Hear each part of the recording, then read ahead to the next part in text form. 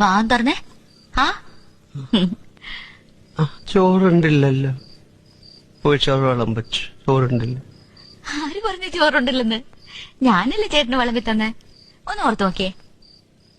നെയ്യും പുഴുക്കും ഒക്കെ കഞ്ഞിയിലിട്ട് ഇളക്കി ഇപ്പൊ കഴിച്ചു തോർക്കുന്നില്ലേ? ചോറുണ്ടില്ലല്ലോ. ചോറുണ്ടോ? ഉണ്ടില്ലെന്നൊക്കെ ചേട്ടന് വെറുതെ തോന്നുന്നതാ.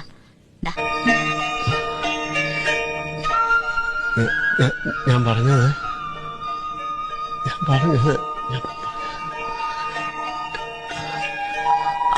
അറിയത്തില്ല. മാറിപ്പോന്നുണ്ടോ? പറയുന്ന മാറിപ്പോന്നുണ്ടോ? സാരില്ല, എപ്പോഴും ഇങ്ങനെ